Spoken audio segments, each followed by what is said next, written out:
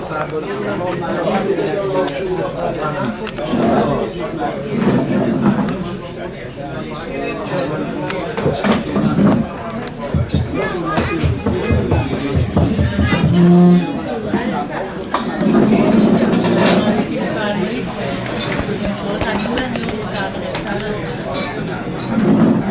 اجازه سروران گرامی حال مشغول باشین اجازه من شروع کنم. بسم الله الرحمن الرحیم. با بیتی از نهار آغاز می‌کنیم. روح پدرم شاد که فرمود استاد، فرزند مرا عشق بیاموز دیگر هیچ، خواهد بدل عمر بهار از همه گیتی، دیدار رخ یار دل افروز و دیگر هیچ. سعادتی است دیدار ماهانه سروران گرامی برای میراث مکتوب که افتخار میدن، قدم رنجی میفرمایند، زحمت میکشند از راههای به هر حال مختلف دور و نزدیک این تهران پرترافیک، به خصوص این روزهای پرهیاهو که بعضی از دوستان خب شاید ملاحظه کردن، تلفن هم کردن و به هر صورت ما گفتیم که گر سنگ از آسمان ببارد ما هرگز آبگوش رو تعطیل نمی‌کنیم. ما در خدمت شما عزیزان سروران هستیم. خب خیلی ممنون از دوستان. جلسه قبل که استاد انوری تشریف داشتن اینجا موضوعی مطرح شد و خلاصه احساسات ایران دوستانه دوستان و میهمانان عزیز گل کرد و هر یک سخنی استاد سعودی، آقای دکتر امیرزاده، آقای دکتر امینلو و استاد انوری و ایشون جمله‌ای گفتن که تیتر روزنامه‌ها شد که ایران روح است، خاک نیست که تکه تکه شود و خیلی دلنشین و دلچسب بود و واقعا شنیدن از بزرگانی که چون استاد انوری که خودشون آذربایجانی هستن، ترکمن هستن و زبان مادریشون ترکی هست، این دغدغه ایران دوستی برای همه دلنشین هست. امروز حالا به هر دلیل گرفتاری داشتن، عذرخواهی کردن ولی دوست داشتیم خدمتشون بگیم. معمولا ما یک گزارشی از فعالیت‌های مؤسسه میگیم در این ماه. انشالله از هفته آینده 2 تا کارگاه برگزار خواهیم کرد. یکی کارگاه تصحیح متون و یکی کارگاه در واقع خط شناسی و خط تعلیق شناسی که آقای دکتر استاد شیخ‌الله کمایی اینجا تشریف دارن در خدمتشون روی درباره این بحث مدرس این موضوع هستن و به هر حال ثبت نام‌هایی شده و علاقه‌مندان می‌تونن این موضوع رو بگیرن. کتابی که این ماه منتشر شد کتاب ترجمه موزه شاهچراغ هست که ترجمه کهن از قرآن الان در موزه شاهچراغ شیراز نگهداری میشه. تقریبا هر سده شده که ترجمه مربوط به قرن 5 و 6 هست. البته نسخه هنری هست مربوط به قرن 9 که خانم دکتر زهرا ریاحی زمین رئیس مرکز پژوهشی ادبیات فارسی دانشگاه ادبیات دانشگاه شیراز این رو تأسیس کردن و قرار هستش که در یک ماه آینده در شیراز با همکاری دانشگاه ادبیات و همینطور کلیت آستان مقدس حضرت شاهچراغ رونمایی بشه و جلسه‌ای درباره ترجمه‌های کهنی که در موزه پارس و همینطور موزه شاهچراغ نگهداری میشه داشته باشیم. مجله رود که حالا امروز خانم دکتر مهری بهفر تشریف نیاوردن و عذرخواهی کردن دلیلی، 10مین شماره هست، یک مجله مروری هست در معرفی کتاب. 2-3 تا مجله هست، یکی فرهنگبانه و یکم این هست که تازه‌های نشر رو مختصر معرفی میکنن، بعضی از کتاب‌ها رو به تفصیل معرفی میکنن. اینجا هم یک یادی شده از مرحوم مهدوی دامغانی، این کتاب آینه در برابر خورشید رو جناب هوشنگ رهنما به تفصیل معرفی کردن. حالا دوستان میتوانند این رو به حال تهیه کنن. خانم دکتر بهفر هم شاهنامه پژوه هستن، هم سردبیر این مجله که به هر حال به تنهایی زحمت میکشد این مجله رو در بیارد. کتاب رستنی‌ها و پدیده‌های نباتی در تاریخ طبری که به کوشش استاد محمد حسن ابریشمی. استاد بایستید که دستی برای شما بزنن، شما رو ببینن. این کتاب رو معرفی کردن. این دو سه جمله خودشون درباره این کتاب توضیح میدن، چون 5-6 تا سخنران دیگه هم داریم و به اختصار دوستان بفرمایید. عرض سلام و تشکر. به نام خدا خرد دعا کردم سپر آفرین. روی تاریخ کشاورزی ایران 3 نفر غربی کار کردن، پزشکی و باکتور آبیاری در ترکستان رو آبیاری تا وجود نیشابور رو جز ترکستان ایشون مطرح. بنابراین برای نوشتن تاریخ کشاورزی ایران بایستی نکنواری کرد راجع به قصه زعفران، زیره، کازی و همه گیاهان. بنابراین کاری در ایران صورت نگرفته. متاسفانه روی تاریخ کشاورزی خدا رحمت کنه دکتر مهندس تقی بهرامی تاریخ کشاورزی ایران رو در سال 1333 چاپ کرده در دانشگاه تهران، ولی بعد از اون کاری انجام نشده. اونم منابع محدودی در اختیارشون. اول مجبور شدن تاریخ‌های گذشته ایران از غربی و شرقی و عرب و فارسی رو مطالعه کنن و اشتباهی که غربی‌ها و همینطور عرب‌ها و خود ایرانی‌ها کردن بررسی کنن. در این تاریخ طبری، تاریخ الرسل و الملوک و اینطور تفسیر طبری رو مطالعه کردن. اشتباهی که عرب‌ها کردن، اشتباهی که در ترجمه شده از نظر گیاهان و رستنی‌ها و پدیده‌های نباتی، اینا رو استحصال استخراج کردم و نشر دانشگاه این کتاب رو چاپ کرده. پدیده‌های کشاورزی مثل سرکه یا آذوره یا مثلا صفها یا به اصطلاح فارسیش ژت‌ها یا شت‌ها، اینا بررسی نشده متأسفانه. همه به ادبیات بیشتر پرداختن تا به رستنی‌ها و پدیده‌های نباتی دارن. خیلی متشکرم که وسیله داریم که کتاب رو معرفی کردن خدمتشون. امیدوارم پایدار بشه. خیلی ممنون. درود بر شما. انشاءالله کتاب تاریخ کشاورزی در ایران رو ایشون در دست تألیف دارن. تا حالا حدود 600 صفحه از این کتاب نوشته شده و آقای ابریشمی کتابخانه بالغ بر 30,000 کتاب دارن و در حوزه کشاورزی در ایران حرف اول رو در ایران میزنن از لحاظ پژوهش‌های تاریخی.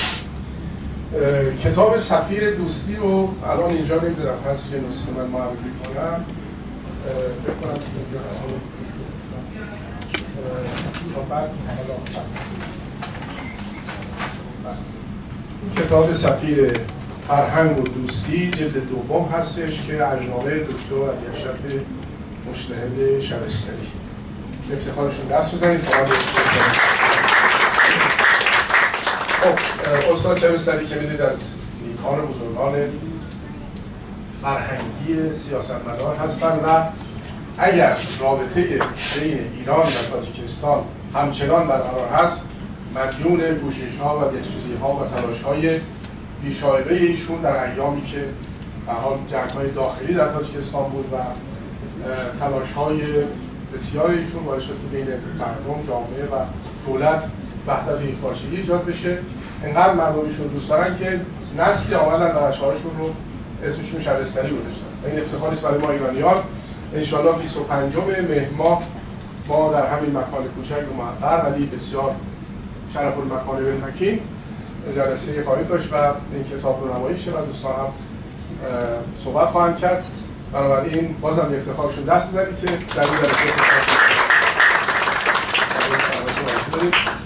عرض کنم که امروز آقای دکتر اویس رضوانیان عضو دیوان داوری در مرکز داوری اتاق بازرگانی و همینطور عضو کانون وکلای ایران در خدمتشون هستیم. ایشون واسطه شدن البته با مشورت عزیزانشون آقای دکتر بهرام فرنگ‌آبادی و آقای دکتر محبی که تشریف بردن، آقای خلق یکی از وکلای خودشون توضیح میدن. عرض کنم که پرسیده بودن که مؤسسه رو معرفی کنید برای پروژه‌ای در حوزه شاهنامه که ایشون بانی بشن، حمایت کنن از این پروژه. و از 4 نفر که پرسیده بودن 3 نفر میراث مکتوب معرفی کرده بودن که خب مایه افتخار برای ما هست و به حال یک مبلغ خوبی رو در نظر گرفتن و به مؤسسه کمک کردن که ما پروژه‌ای رو که 3 تا از جوانان نخبه ما دارن انجام میدن آخر سال ان شاء الله شاید سال آینده به سرانجام میرسه و من از خودشون میخوام که در این باره خودشون معرفی کنن و توضیحات بیشتری بدن. به نام خدا. خیلی متشکرم آقای دکتر ایرانی. سلام عرض می‌کنم خدمت خانم‌ها، آقایان محترم، اساتید گرامی. من اویس رضوانیان هستم، وکیل دادگستری در حیطه تجارت بین‌الملل. توضیح مختصری عرض کنم. توی حیطه تجارت بین‌الملل حل و فصل اختلافات از طریق داوری انجام میشه، نه از طریق دادگاه، به دلایل حقوقی. به این ترتیب که یه شخص ثالثی به عنوان داور اختلاف رو رسیدگی میکنه و حق الزحمه‌ای براش در نظر گرفته میشه. در یک پرونده‌ای که بین یک شرکت ایرانی و یک شرکت هندی اختلافی وجود داشت، داور پرونده که داور روس بوده منتها نیای ایرانی داشته و توی نامه‌ای که الان خدمت قرائت میکنم توضیح داده میشه. ایشون بعد از اتمام پرونده از من خواستند که حق الزحمه ایشون رو به جایی که بهشون بپردازم در جایی مربوط به شاهنامه یا فردوسی مصرف میشه. خب طبیعتاً یه مسئولیتی برای من بود. پیگیری این موضوع از من خواسته بودن که خودم اینجا رو انتخاب کنم و من هم چاره‌ای نداشتم جز اینکه از دوستان مورد اعتماد خواهش کنم که به من راهنمایی بدن. از چند نفر از دوستان سوال پرسیدم، با واسطه و بی واسطه. نقطه اشتراک همه دوستانی که پیشنهاد دادن مجموعه میراث مکتوب بوده. من هم همین مجموعه رو به این داور روس پیشنهاد دادم و این کار به میمنت و مبارکی انجام شد. بعد از اینکه این کار انجام شد و این مبلغ و میراث مکتوب هدیه شد، همونطور که انتظار میرفت از مجموعه میراث مکتوب، آقای دکتر ایرانی امید درخواست کردن که خودشون هم مستقلاً و مستقیما از ایشون تشکری داشته باشن. نامه‌ای به انگلیسی برای داور روس فرستاده شد. گزارش مختصری از نحوه هزینه کرده این مبلغ اهدایی داده شد و بعد پاسخی از این داور به مجموعه رسید که من ترجمه‌ای از این رو، ترجمه فارسی این نامه رو خدمتتون قرائت می‌کنم.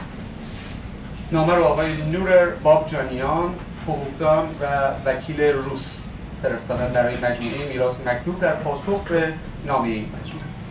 جناب آقای دکتر ایرانی، مدیر محترم مؤسسه پژوهشی میراث مکتوب، با سلام و احترام. از نامه 25 آگوست 2022 جناب عالی و همچنین پذیرفتن هدیه ناچیز من به مؤسسه پژوهشی میراث مکتوب بسیار سپاسگزارم. از دکتر اویس رضوانیان به خاطر زحمت قابل توجه برای هماهنگی این موضوع نیز تشکر ویژه دارم. پدر بزرگ من اهل شمال ایران است و خانواده ارمنی من همیشه به فرهنگ ایران به ویژه شاعران فارسی زبان آن همچون حافظ، خیام، نظامی گنجه‌ای، مولوی، فردوسی تا سهراب سپهری و پروین اعتصامی و فروغ فرخزاد علاقه زیادی داشتند. تمدن هزاران ساله ایرانی تأثیر شگرفی بر فرهنگ ارمنی داشته است. میتوان در ادبیات ارمنی اشارات بسیاری به شعر و نثر فارسی یافت. علاوه بر این، آنطور که اخیراً متوجه شده‌ام، زبان ارمنی تعداد قابل توجهی از کلمات و مفاهیم را از فارسی که به نظرم یکی از زیباترین زبان‌های جهان میباشد وام گرفته است. این موضوع نه تنها درباره زبان ارمنی بلکه درباره زبان روسی نیز صدق می‌کند.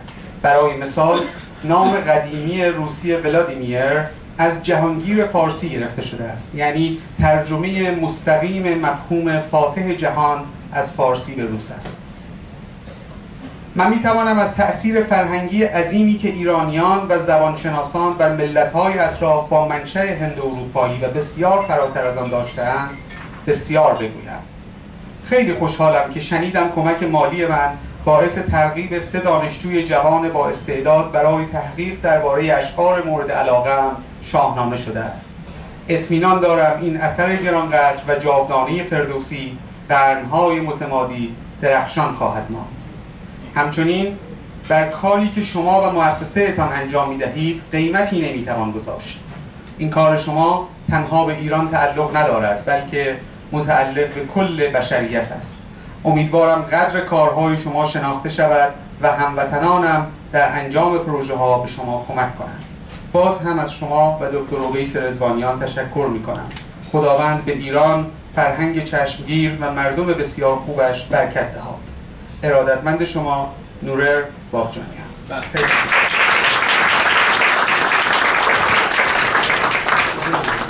متشکرم و نصیحت زیبایی.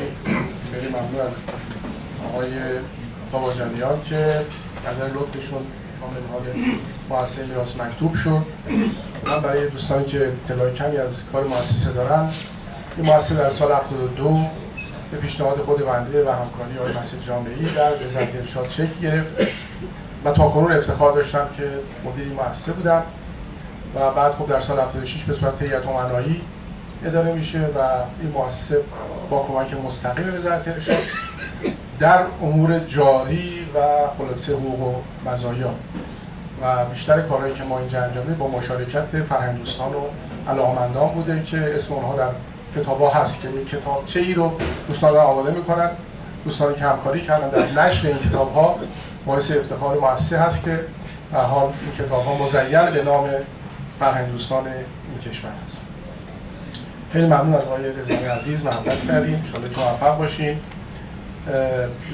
دیروز با خبر شدیم که آقای دکتر فرانکلین لوئیس دانشیار دانشگاه شیکاگو به رحمت خدا رفتن و میدونید که ایشون هم در زمینه صنایع کتاب دارن و هم در زمینه مولانا چندین کتاب درباره اندیشه‌های مولانا نوشتن و همونطور یاد بکنیم از مرحوم حسن لاهوتی که کتاب ایشون رو چاپ کردن. فکر می‌کنم انتشارات علمی فرهنگی چاپ کرد این کتاب عظیم رو و به هر حال در سن نمیدونم 50-60 سالگی حالا به چه شکلی هم فوت کردن آقای دکتر امیرعظم شاید بهتر بدونن، در صورت به جامعه علمی و ادبی کشور تسلیت میگیم به عنوان یک ایرانی شناس علاقه‌مندی که به گروه ادبیات هم داشتن که مدیریت می‌کردن. خیلی بنده عضو اون گروه بودم و خیلی متأسف شدیم که در حال جامعه ادبی یه همچین ایرانشناسی رو از دست داد. میهمانان عزیزی ما داریم. البته بانی جلسه امروز خواستن ما اسمش رو نیاریم. بله ما معمولا کسانی که بانی میشن که خواهش میکنیم بانی نشید، چون این جلسه شما میهمان میراث مکتوب هستیم و ما ترجیح میدیم که در حوزه کتاب اگر کسی علاقه‌مند بود در خدمتشون باشیم. بها خیلی ممنون از دوست عزیزی که محبت کردن، شرمنده کردن ما رو. امروز چند میهمان عزیز داریم که معمولا ما اصطلاحا میگیم اینا آبگوشت اولی هستن. کلاس اولیا بعضی از این دوستان حالا زحمت میدیم بهشون، خودشون معرفی میکنن و که این میفرمایند. خب عرض کنم که آقای دکتر سعید امیرعجمند که با نام ایشون آشنا هستیم، ایشون دکتر از دانشگاه شیکاگو دارن، استاد ممتاز دانشگاه استونبروک، مدرس در دانشگاه آکسفورد، پرینستون، شیکاگو، لایپزیگ و دانشگاه دیگر، بنیانگذار انجمن مطالعات جوامع فارسی زبان از سال 1996 تا در حال الان که ادامه داره. چندین نشست در حالا خودشون توضیح میدن و همایش‌هایی دارن که برگزار کننده اون همایش‌ها هستن. من حالا ضمن خیر مقدم به اظهار خوشحالی که تشکر امروز افتخار دارم از این مواردی که تصادفی بوده که معطل شدیم شو تشریف دارن دعوت کردیم که کارآگوش تشریف بیارن.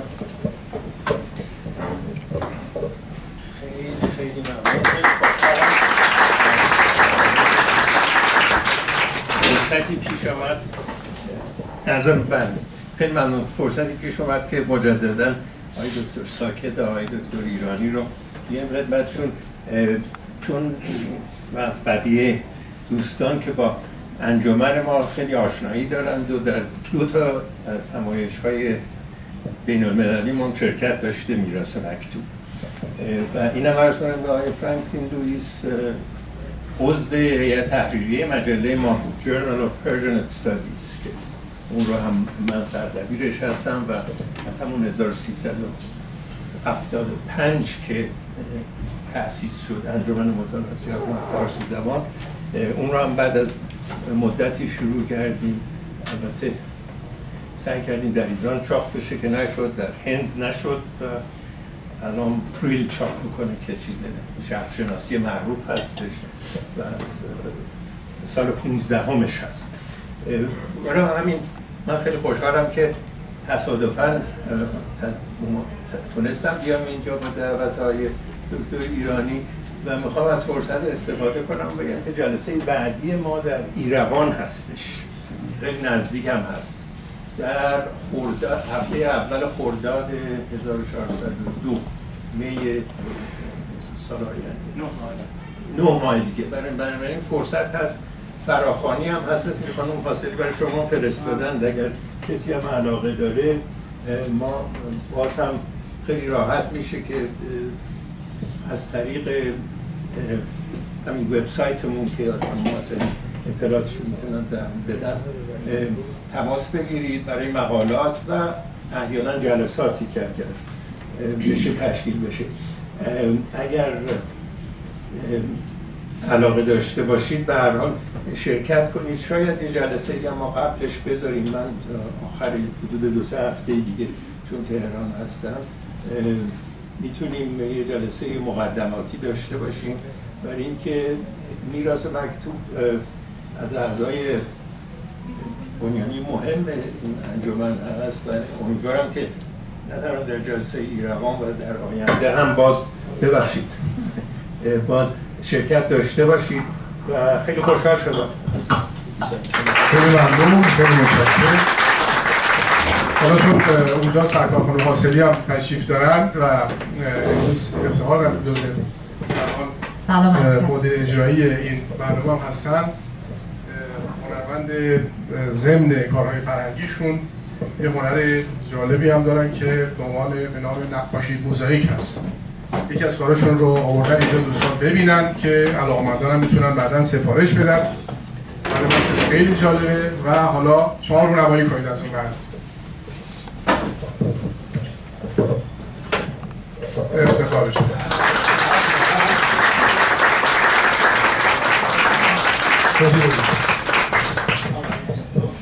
با سلام مجدد، خیلی ممنون که منو به جمع خودتون دعوت کردین. خیلی ممنون، باعث افتخار بنده. این کار اسمش نقاشی موزاییک هست. اگر سوالی دارید میخواید بفرمایید، من میدونه جواب بدم. یعنی از اول توضیح تاریخچه بدم. والا تاریخچه این کار، البته این کار که پورتره است. حالا معمولا توی کاری که شاید اکثرتون هم دیده باشین توی پیج‌های مختلف اینستاگرامی یا اینترنتی، معمولا روی دیوار کار شده.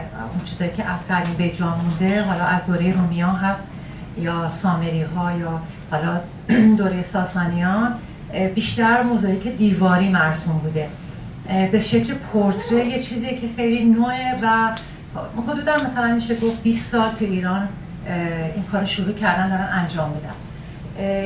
نحوه انجامش هم اینه که شما هر طرحی رو که داشته باشین، هر مدل طرح، اول اون طرح رو روی چوب پیاده میکنین، حالا توسط کاربن و قطعات کاشی استخری، حالا من کاشیارم دارم میتونم نشونتون بدم، اون کاشی‌ها رو میشکنیم و متناسب با رنگی که میخواین استفاده کنیم و ابعادی که حالا استفاده میکنیم، خب اونم بستگی به جاش متفاوته. یعنی مثلا من برای برش ابرو مربع هیچ وقت استفاده نمیکنم، برای پیشونی هیچ وقت حالت ابرو رو استفاده نمیکنم. بافت‌ها متفاوته چون هر بافتی یه حرفی واسه گفتن داره. مثلا بافت زوزنقه همیشه خشنه، بافت مثلث خشنه، ما همه جا نمیتونیم استفاده کنیم. بافت دایره ملایمه، به قول خودمون مهربونه، یا بافت مربع. بعد ما از رنگ‌های مختلف کاشی استفاده میکنیم. اسم این کار نقاشی موزاییکه. چرا بهش میگن نقاشی موزاییک؟ به این دلیل که ما با رنگ‌های مختلف کاشی نقاشی میکشیم. ما با آبرنگ و قلم و اینا نقاشیمون رو نمیکشیم. ما کاشی‌ها رو رنگ‌های مختلف کاشی میذاریم کنار هم دیگه، نقاشیمون رو میکشیم. در واقع شما یه نقاشی میبینید ولی متریالش کاشیه. حالا بعد این یه لایه، یعنی الان کار تمام شده است ولی یه لایه به قول خودمون دوقاب باید بخوره، همون ملات سیمان. یه دوقاب میاد روش و میره برای قاب گرفتن. احسن، خسته نباشید. درود بر شما. موفق باشید ان شاءالله. خب ما آخر جلسه آقای استاد غلامرضا رضایی، خواننده خوش صدای خوش‌هنجره دوست داشتنی مهربان افتخار دادن امروز در خدمتشون هستیم و حسن ختام جلسه ما که هنوز مونده البته تا ختام، خیلی خودتون نکنید صبر کنید. عرض کنم که از غزلی که برای ما خواهند خواند بهره خواهیم جست و در حال فیض اکمل خواهیم بود. از مهمانان عزیزی که امروز در خدمتشون هستیم آقای ایلخانی زاده هستم که حدود 18 سال رئیس فدراسیون چوگان در ایران بودن. نام نیکی دارن در این حوزه، فعالیت‌های زیادی کردن، چندین جلد کتاب تا حالا چاپ کردن. توفیق آشنایی بنده با ایشون در برنامه یادبود استاد آذردوش آذرنوش بود که یکی از سخنرانان بودن، چون استاد آذرنوش هم اهل اسواری و چوگان و اینها بودن، در مجلس ایشون همیشه حضور داشتن. به هر حال لطف کردن برای ما 2 جلد از کتابایی که چاپ کردن، هم یکی ترجمه انگلیسی فارسی و حدود 5-6 سال پیش هم این در واقع چوگان در میراث ناملموس ثبت جهانی شد به نام ایران خوشبختانه و این هم از کامل ارزشمندی است در دورشون انجام شده. به هر صورت یه چند کلمه ای در خدمتشون خواهیم بود که معرفی بفرمایید.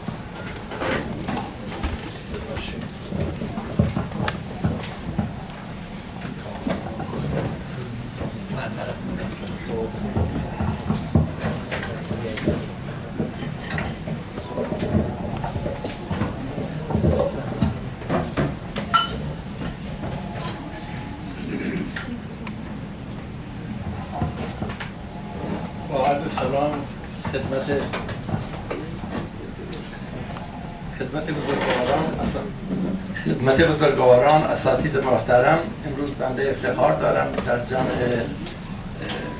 حضار محترم به هر حال چند کلمه خدمتم توضیح بدم. من یه چوگان بازم، فقط آقایان به ما افتخار دادن که امروز من بیام در خدمت شما یه مختصری در رابطه با چوگان که یه فرهنگ ایرانی اصیل خدمتتون توضیح بدم. شاید همه آقایان یقین دارم چوگان رو در اشعار، در کتاب‌ها، در نوشته‌ها بارها شنیدن و شاید دیده باشن. من اجازه میخوام که چند دقیقه‌ای عرضم به حضورتون یه مقدار سوابق چوگان رو به استحضار برسونم. چوگان یه بازیه که اسب و انسان با هم همکاری دارن، یه تاریخ خیلی مفصلی داره که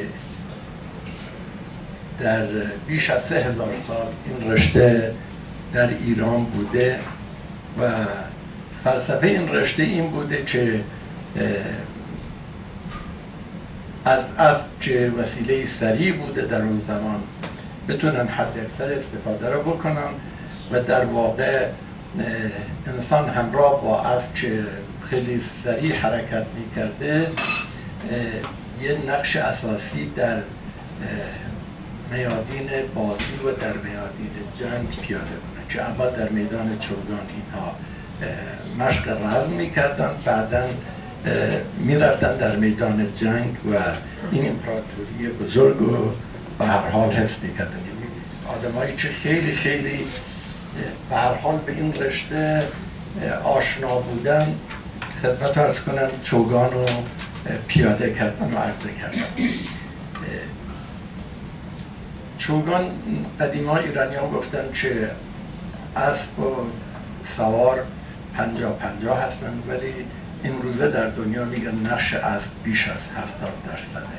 از موجود باهوشیه و به خوبی یاد میگیره و نقش اساسی تر از انسان در میدان چوگان داره.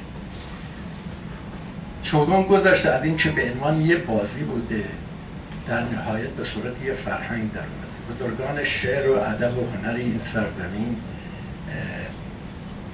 به دفعات به کرات بدون وقفه در طول تاریخ ایران از چوگان گفتن.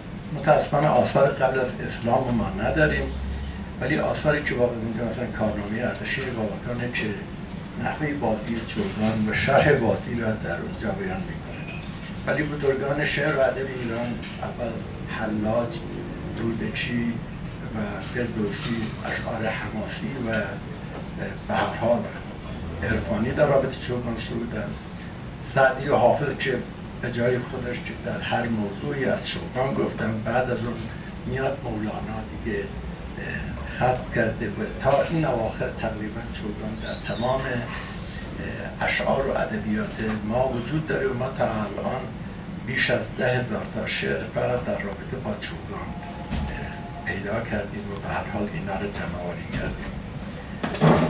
خدمت عرض کنم غیر از شعر و ادبیات ما آثار خیلی با ارزشی از هنر ایرانی مثل خدمت عرض کنم مینیاتور، قلمزنی، نقش بادی و موارد متعددی دیگه در رابطه با چوگان داشتیم. چوگان هم مثل آثار دیگری ایرانی همیشه فراز و فرودایی داشته. در یه دورانی که وقت ایران بلند بوده چوگان هم جایگاهش برتر بوده و موقعی که به هر حال کسان غیر ایرانی در ایران حضور داشتن و حکومت کردن به هر حال اینم فرود بود.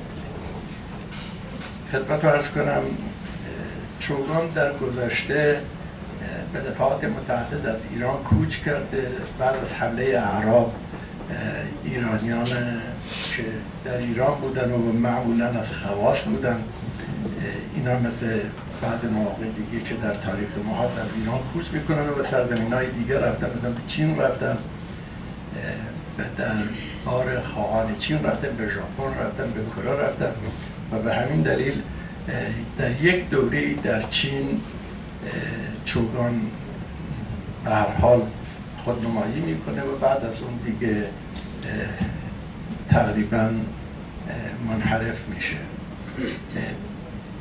چوگان در دوره صفویه در اوجش بوده و ما بزرگترین و شاید معتبرترین استادیوم چوگان داریم در ایران، میدان نقش جهان و این کاخ زیبای آل قاپو و یه چیزی بوده که در بطن زندگی مردم بوده. در یه طرف بازار مسجد کاخ شاه بوده، این جزء زندگی مردم بوده و الان این آثاری که در رابطه با چوگان هستش به هر حال همه جا ما می‌بینیم که نقش چوگان به دست هنرمندان برجسته این سرزمین به هر حال وجود داره. خدمت رو عرض کنم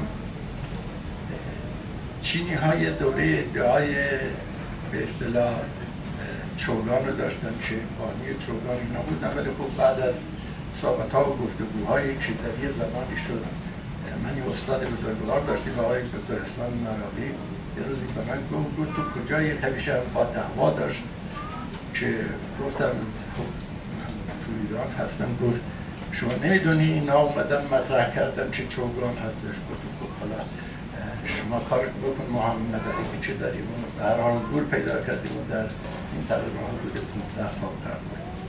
چوگان به عنوان آثار ناملموس در وجود داره، یعنی قبلا یونسکو آثار ناملموس رو به اصطلاح ثبت نمی کرد، ولی حدود تقریبا 8 سال قبل 9 سال قبل اعلام کردن که آثار ناملموس رو ثبت میکنن. ما بلافاصله به این فکر افتادیم و مدیران وقت میراث فرهنگی خواهش کردیم که مقدمات اینو فراهم بکنن، چه استقبال شد و تقاضا کردیم و به هر حال پاسخ مثبت گرفتیم. چوگان جزو میراث ملی ثبت شد. بعد از اون بایستی یه زمانی میبرد ما مجددا تقاضا کردیم که اینو آماده سازی بکنیم، پرونده هاشو بدیم به یونسکو برای ثبت جهانی، که ما تمام مدارک و شواهد و گذشته و اینو هم دادیم ولی بعضی آدمای خائن در اون سازمان چوگان رو فروختن و با زحمات خیلی زیاد ما تونستیم اینو پس بگیریم. این رفت آذربایجان و آذربایجان مدعی بود و دستمون هم خالی بود، کنوانسیون اونجا بود، ولی به هر حال خوشبختانه در نهایت به اسب قره‌باغ و یه بازی مشابه چوگان در قره‌باغ به هر حال ختم شد و چوگان در سال 2017 در یونسکو به نام ایران ثبت شد. ما الان در 115 کشور چوگان داریم. خدمت عرض کنم چوگان از ایران اگر تاریخ سفرش رو بگیم، بعد از حمله مغول به ایران این زعما و فرمانروان به این رشته ایرانی و به این رشته زیبا آشنایی پیدا کردن و بعد از این چه به جاهای دیگر رفتن، اینو مخصوصا به هند بردن و در هند این خیلی مرسوم شد و مهاراجا و خیلی افرادی که در اونجا بودن یاد گرفتن.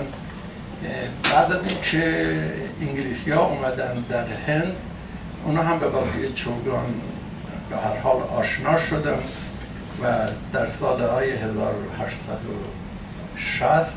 برای اولین بار بازی چوگان در انگلستان نمایان شد. ما متاسفانه بعد از صفویه تقریبا رونق چوگان رو به کل نداشتیم، غیر از این که در بین عشایر رو به هر حال ایلات که مرسوم بوده، ولی در زمان قاجار تقریبا به غیر از آثار چوگان و در بعضی جاهایی که چوگان‌های محلی بوده ما چوگان نداشتیم. این رشته رو به عنوان در دنیا به عنوان بازی شاهان و شاه بازی ها میشناسن. خدمت رو عرض کردم در 115 کشور الان چوگان هست، فدراسیون جهانی داره و غیر از این که فدراسیون جهانی هستش یک انجمن‌های قوی چوگان هست، مثل انجمن چوگان هامیکام، انجمن چوگان هند پاکستان. ما هم اخیراً خوشبختانه بعد از این که فدراسیون رسالتش رو خوب انجام نمیده، چون فقط ابعاد ورزشی رو نگاه بکنه، انجمن چوگان ایران رو هم به سر رسوندیم. متاسفانه همینطور که عرض کردم بعد از انقلاب مثل خیلی آثار ایرانیه که بی دلیل که من اسمشون میزنم یه سری به اصطلاح دوستان نادان و یا افرادی که همیشه سوء نیت داشتن به چوگان گیر دادن که این رشته طاغوتی عرض به صورتون رو باید نابود کرده. ما قبل از انقلاب هم چوگانی به این صورت نداشتیم، ولی خب یه شروعی بود، شروع کرده بودن و به هر حال آثار فرهنگی این سرزمین رو جمع‌آوری می‌کردن. به هر حال با زحمات زیاد دوباره اینو مقبول کردیم و بنده تقریبا در اون زمان جزو جوان‌ترین اعضای چوگان بودم که قبل از کنم، چون اعضای دیگه حالا دست بنا رفته بودن که سالها هم در خدمت آقای دکتر آذرنوش شاگردی کردیم، ایشون استاد ما بوده. متاسفانه در سالهای اخیر باز هم حجم‌های خیلی بی‌ربطی در رابطه با چوگان شروع شده و علی‌رغم اینکه ما الان جایگاه خیلی مهمی داریم به عنوان بنیانگذار این رشته اصیل و بحث چوگان هم فقط بحث ورزشی نیست، این یه بازیه و به هر حال به یه فرهنگ تبدیل شده، به دنیا هم اینو قبول میکنه.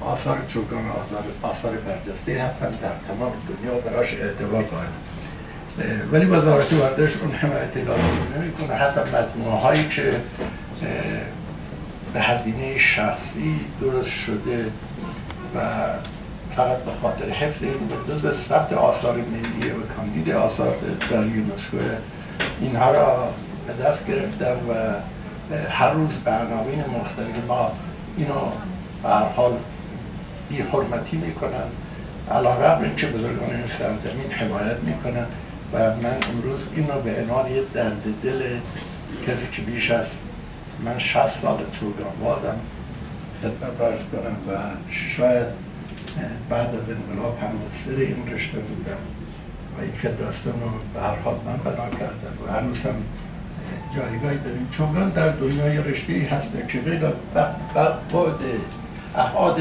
ورزشیش ابعاد فرهنگیش خیلی مهمه و ما در دنیا الان 32 تا پادشاه و رئیس جمهور چوگانباز داریم. مثلا تمام خانواده درباره انگلیس، حتی پدر همین شاه موجود این چوگانبازه، خودش چوگانبازه، بچه‌هاش چوگانبازه. یعنی به عنوان رشته به هر حال، ولی همه اینو به نام ایران قبول دارن، چون هیچ جا اینقدر پشتیبانی نه به خاطر ابعاد ورزشی هسته، به خاطر ابعاد فرهنگی این رشته هستش. من در اینجا از بزرگان به هر حال که حضور دارم فقط خواستم که بیان کنم که ما در وضعیت خوبی نیستیم. بالاخره در هر جایی که بتونن حمایت بکنن جا داره که ما این رشته فاخر و این فرهنگ اصیل ایرانی را بتونیم حفظ کنیم. مؤسسه درست شده به عنوان حفظ اماکن ورزشی، تجهیز و توسعه اماکن ورزشی که الان داره خرابکاری میکنه که 2 تا از مجموعه‌هایی که ما در تهران داریم به تعطیلی کشیده. من بیشتر وقت آقایان رو نمیگیرم، اگر اجازه میخوام فقط این یه مختصری بود، یه دفترچه‌ای که چند سال قبل ما به خاطر بازی چوگان به محاطهای تاریخی چاپ شده که اینو دارم تعدادی که تقدیم حضار محترم بکنم که یه آثار مختصری و کارهایی که در رابطه با چوگان شده ارائه میده. سپاسگزارم از وقتی که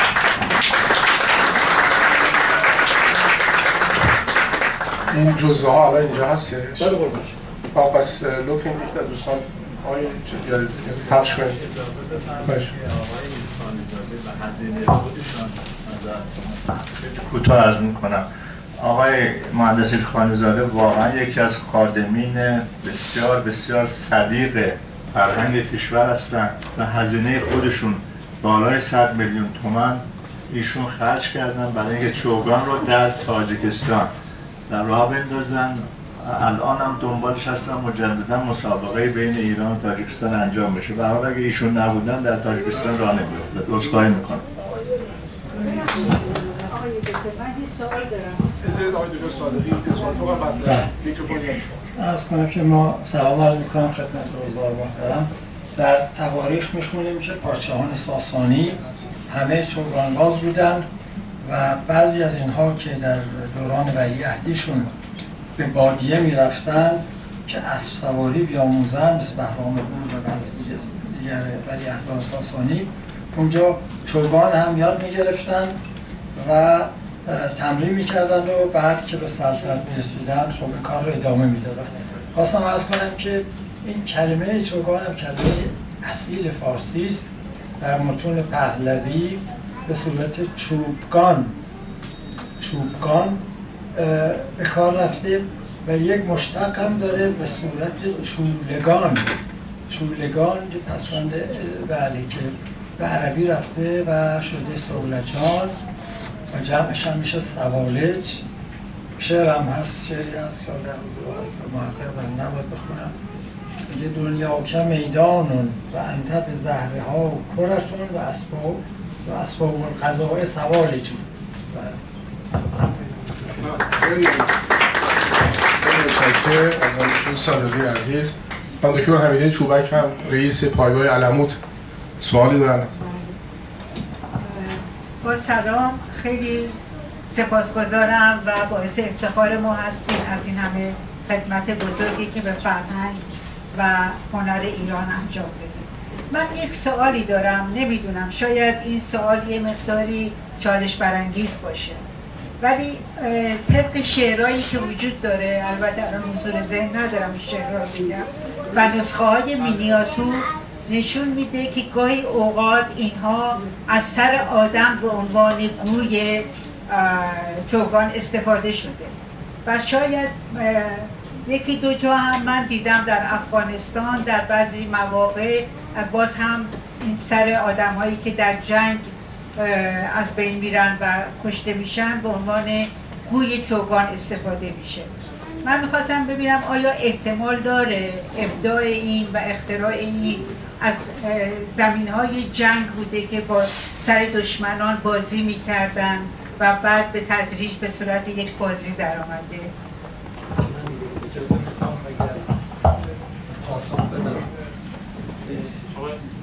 سرکار خانم، ایرانی ها مردم خیلی متمدنی بودن، هستند و خواهند بود. این خشونت و این بیرحمی در فرهنگ ایران هیچ وقت نبوده. ما حتی اگر برگردیم به شاهنامه، فردوسی به زیبایی از چوگانبازی سیاوش و در حضور افراسیاب صحبت میکنه که بخشی از سپاهیان ایران با سپاهیان توران بازی میکنه. در اونجا خب ایرانیان مسلط بودن در بازی و چوگانبازای تورانی احساس حقارت و خجالت میکنن. این به زبان فارسی به اونا میگه این کارو نکنید، خوب نیست، خجالت بکشید، فرصت بدید که اونها هم عرضه بکنن. چوگانبازی خیلی متمدنانه بوده. اگر این بحثی که میفرمایی الان هم هستش در کشورهای آسیایی میانه، مثلا بزکشی هستش، یه بازی خیلی بیرحم و یه موجود زنده‌ای را دارن میکشن. توجه فرمودید؟ در تاریخ ایران هیچ وقت این نبوده. من خدمت عرض کنم باز هم در آثار تمدن این رشته که اینو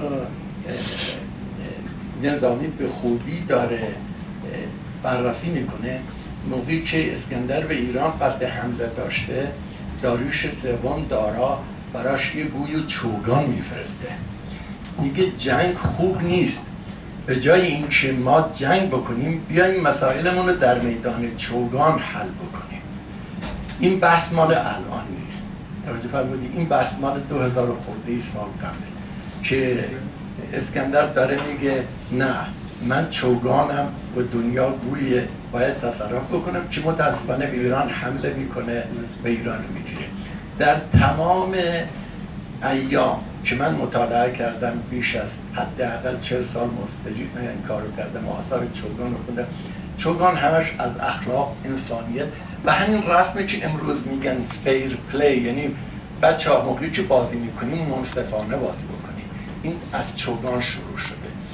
به همین دلیل من اینو به شدت رد میکنم. ممکنه یه دیونه که اقوامی که مهاجر بودن و خونخوار بودن و اسم نمیخوام ببریم، به هر حال به این سرزمین یا در اونجا حمله کردن و یه کار زشتی ناروایی این کردن، ولی در فرهنگ ایرانی این هیچ وقت نبوده و نخواهد بود. خیلی ممنون. خب امروز افتخار دارم اعلام بکنم که فردا روز تولد خانم دکتر نوشابهرین انصاری هست. افتخارش امروز نشه یک دانه بود که خلاصه خانم زفتاری شاگرد ایشون تقدیم ایشون میکنیم. بفرمایید. بهار سپاسگزارم از جناب آقای دکتر ایرانی که این محبت رو فرمودن و این زمینه رو ایجاد کردن. واقعا تولدتون بر همه ما مبارک باد. خداوند رو شاکریم از آفرینش شما به عنوان زنی توانمند، استادی بزرگ، مادر مهربان همه کودکان ایران. افتخار میکنیم به حضور شما و میخوام به نوبه خودم تشکر کنم از نقش بسیار سازنده‌ای که در ایجاد رشته نسخه های خطی در دانشگاه تهران داشتید که شاید کمتر بدون پرداخته شده و تا به امروز حمایتتون رو دریغ نفرمودین و الان هم در رشته ایران شناسی، بنیاد ایران شناسی ادامه داره و امیدوارم همچنان ادامه داشته باشه. سایه بزرگیتون بر همه ما مستدام. اجازه میخوام از همه طرف همه دوستداران اینو به شما تقدیم کنم. بنابراین از همه اعضا خانم افکاری گروه رو تقدیم میکنم. خانم دکتر انصاری ایرانسر بزرگوار استاد محفل، افتخار ما، افتخارشون کاملا غافلگیر شدم. سپاسگزار هستم از خانم افکاری عزیزم و از جناب دکتر ایرانی به خاطر برپایی این جلسات بسیار خوب که امیدوارم سالها ادامه داشته باشه و همه موفق و سلامت باشید. خیلی خیلی ممنونم و هر حال اگر حمایت ها و لطف و محبت دکتر محقق نبود واقعا خیلی از اتفاقهای خوبی که در زندگی من افتاد نمی افتاد. همچنین واقعا شورای کتاب کودک، فرهنگنامه کودکان و نوجوانان به هر حال اگر کاری شده یک کار جمعی بوده، هیچ وقت کار فردی نبوده و افتخار میکنم به داشتن دوستان بسیار بزرگوار و آرزوی سلامتی برای همه شما عزیزان. خیلی ممنونم.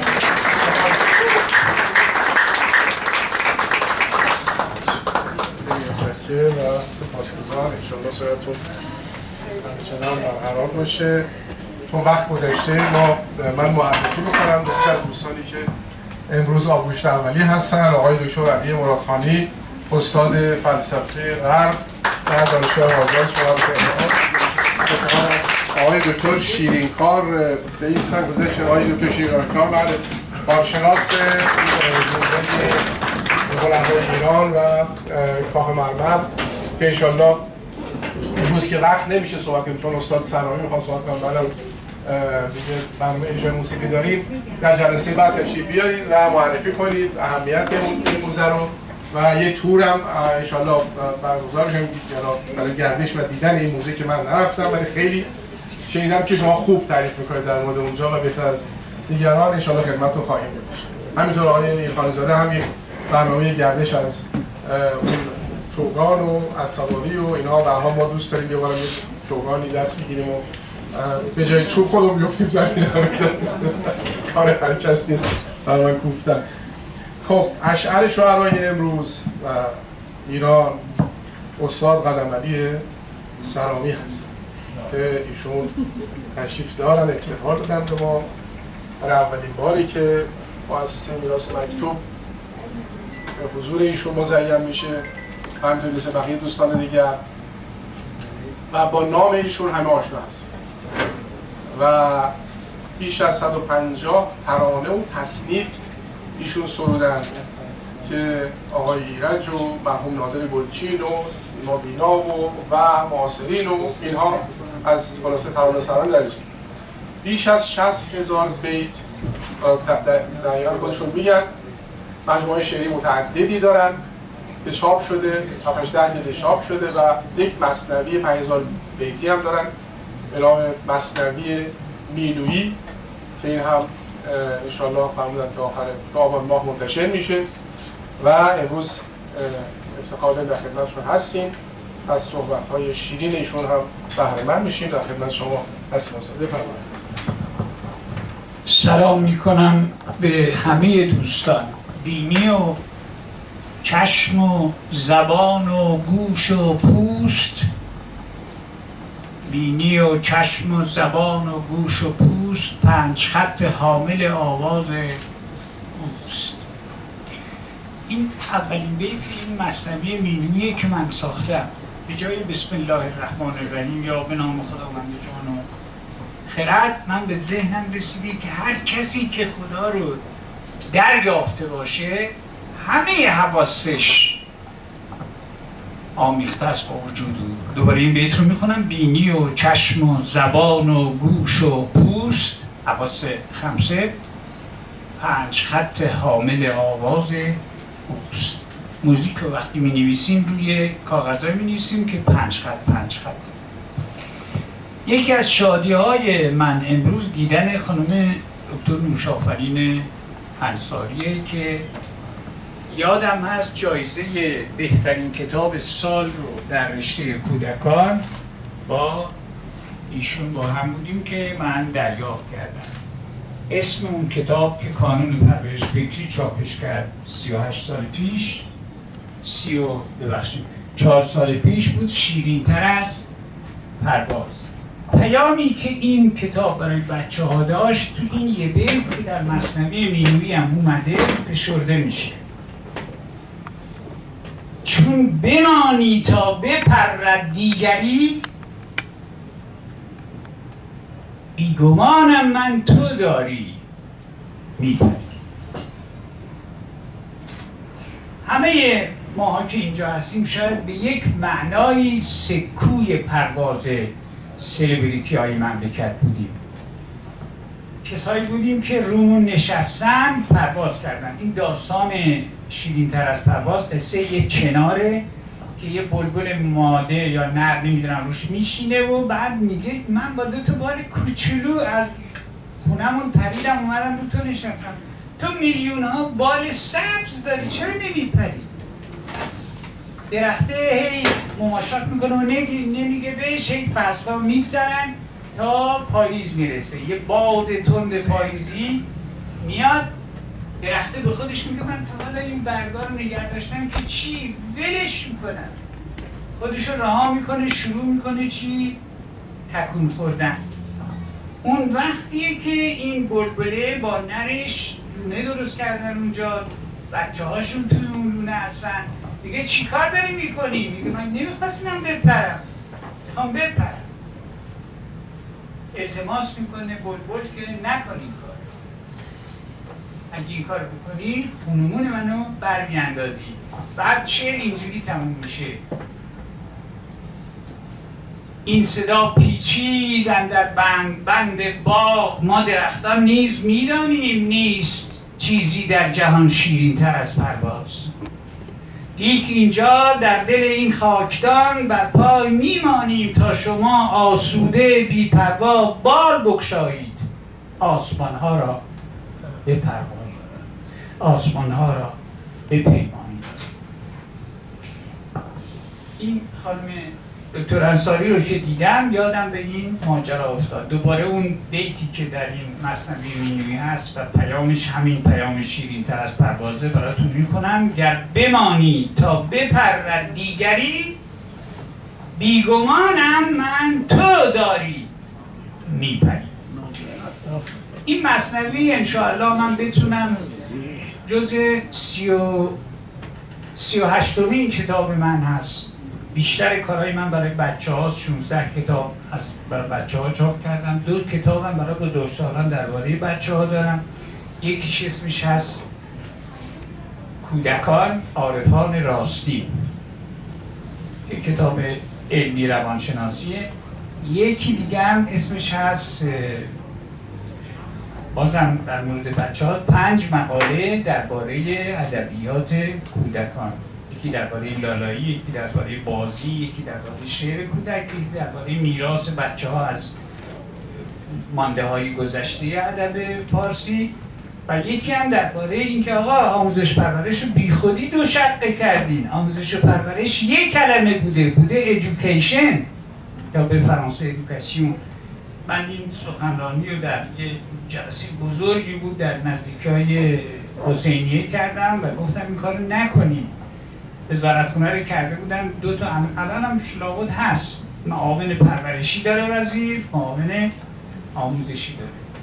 اونجا یه مقاله مفصلی بود که من خوندم و گفتم این کاری که میکنین آموزش هم نمیمونه.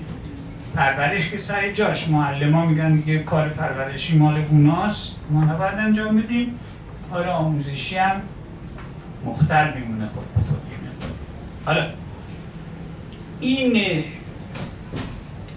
شاعر توصیفی که کرده های دکتر غلط کردن، بیگمان من هیچ نیستم، حتی اون هیچ هم ندارم، چون حداقل هیچ 5 تا نقطه داره، ما اون نقطه ها رو هم واقعا نداریم.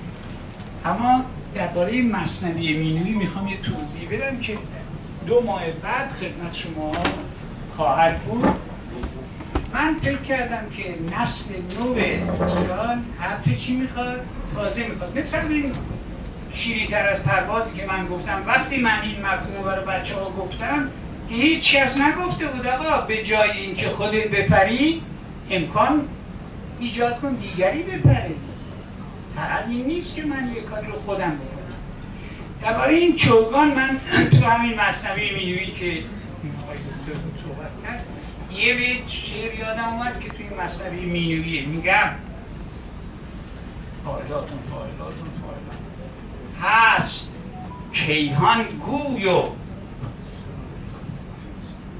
هست کیهان گوی و چوگان انحناست. فر نسبیت به فرمان خداست. من تعبیرم از بازی گوی و چوگان اینه که ملت ایران یه ملتی یک گونه ای از گونه های عرفان رو خلقت کرده.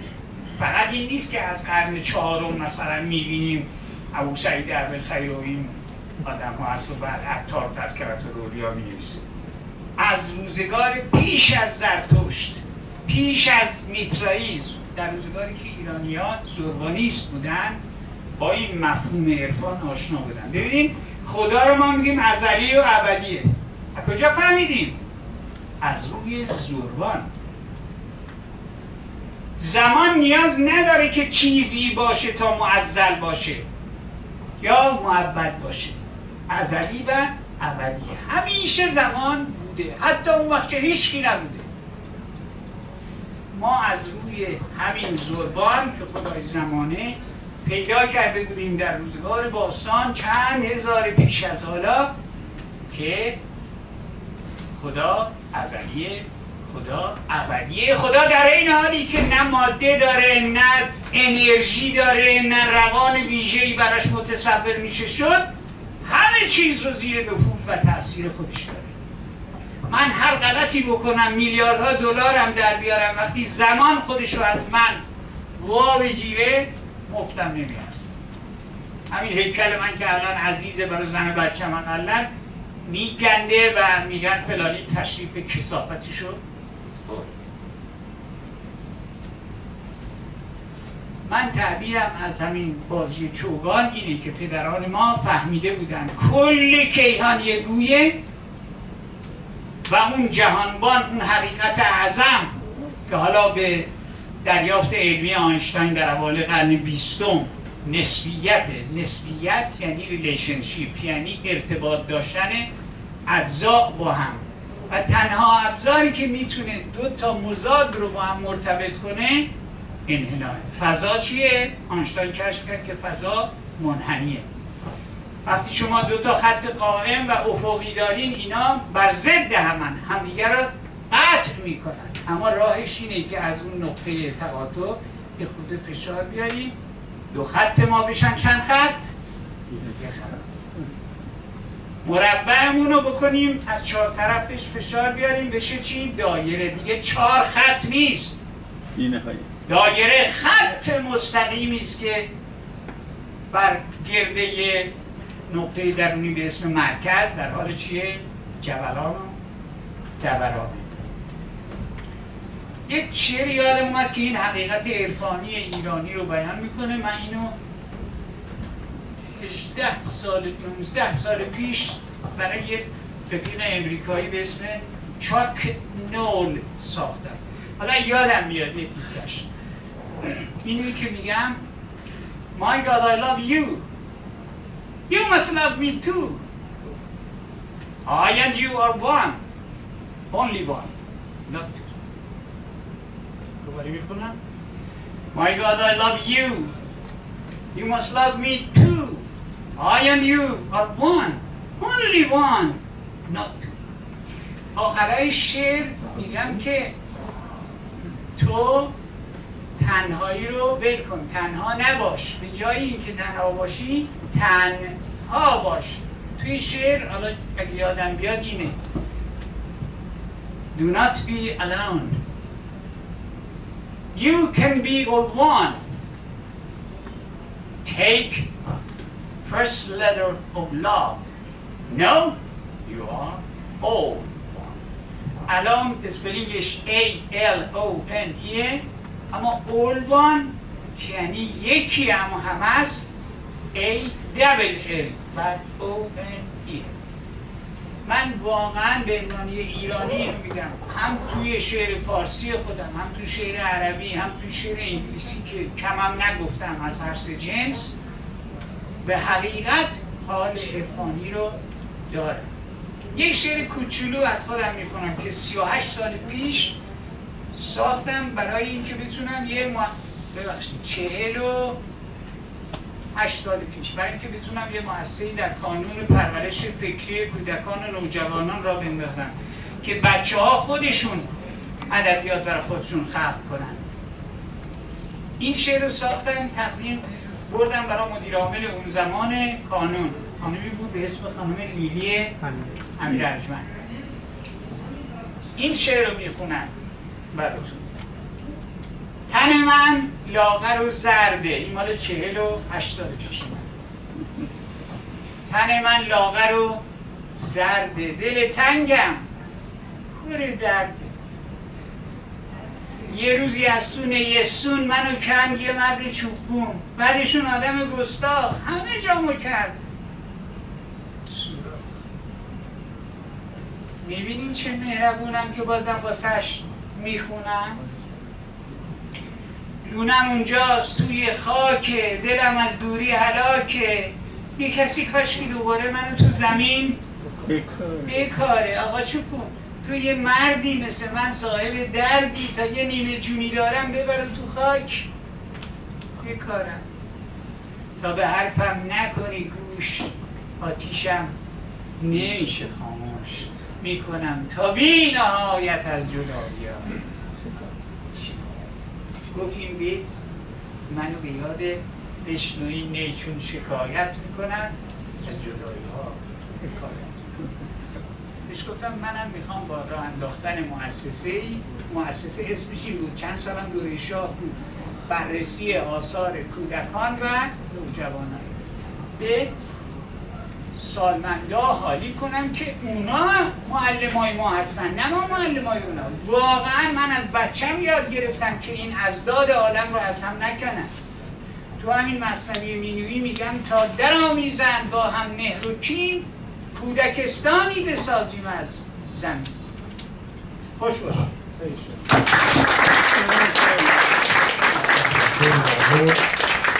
شعر نوعی هم از ایشون من نشسته بودم الان نوشتم. عشق شعله‌ای تنهاست ایستاده در نظرگاه دو آینه، لیک از این تنها بی نهایت در دل آینه ها جاری است. عشق از یک تا به بسیاری و بسیاری و بسیاری است.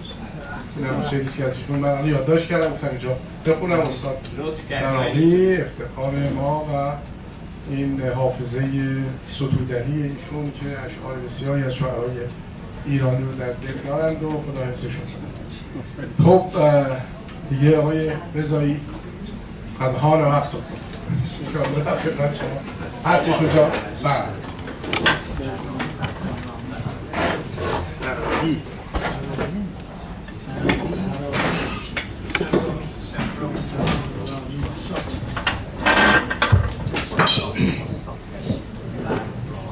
سلام و عرض ادب. باعث افتخار هست که من در این هستم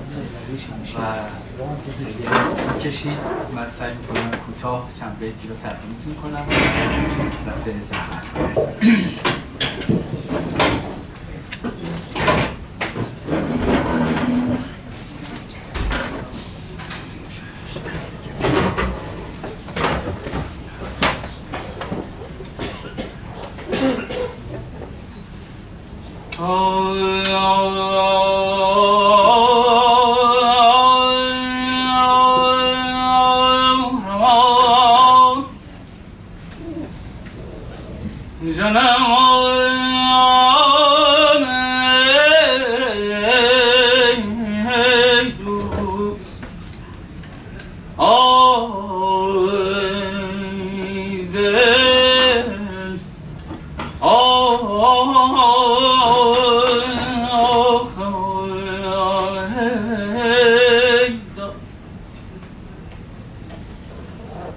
گرمی فروش حاجت رندان روا کنه، گرمی فروش حاجت رندان روا کنه، ایزد گنه ببخشد ایزد گنه ببخشد دفع بلا کنه.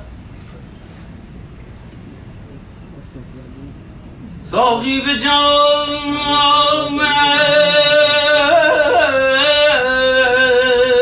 باده، ساقی به جامت بده باده تا گدای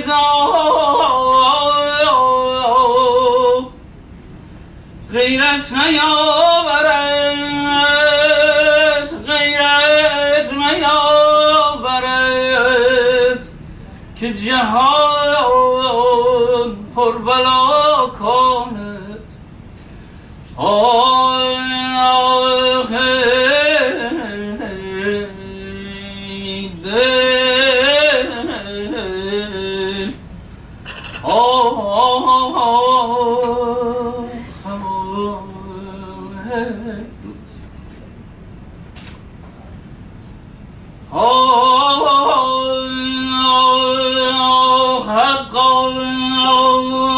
که از این غمان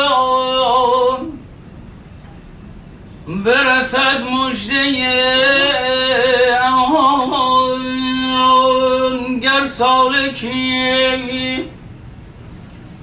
گر سالکی بعد امانت وفا کند، داد جان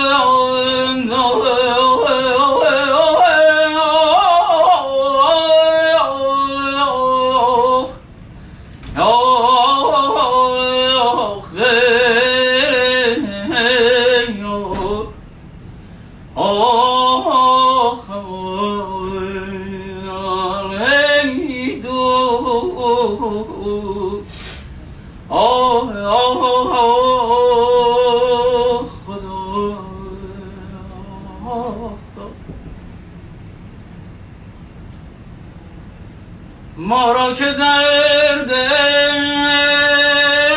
عشق و بلای خمار کشت، ما را که درد عشق و بلای خمار کشت،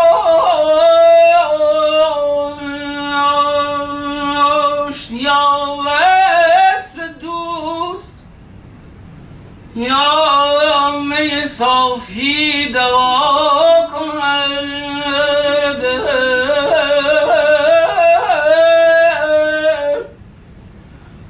جان یا وصل دوست یا وصل دوست یا می صافی دوا کنه. جان رفت در سر می و حافظ به عشق سوخت، جان رفت در سر می و حافظ به عشق سوخت. عیسی دمی کجاست، عیسی دمی کجاست که احیای ما کنه. آخ دل جان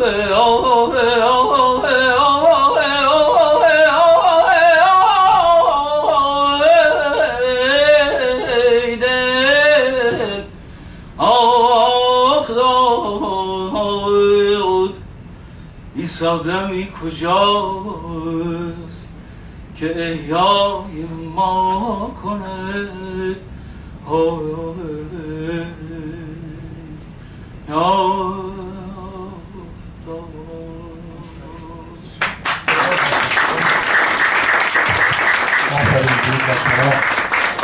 ناچو داوود از خوشی نغمه ها جان پراندی سوی بستان خدا.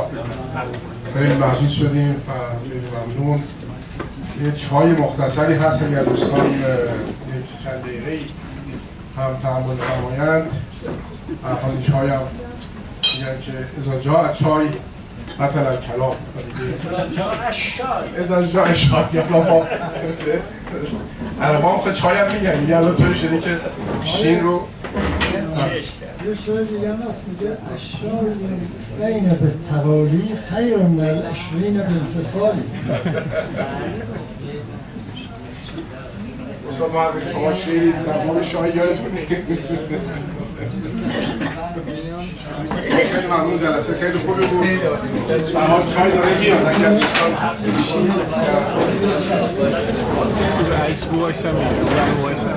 Tack så mycket.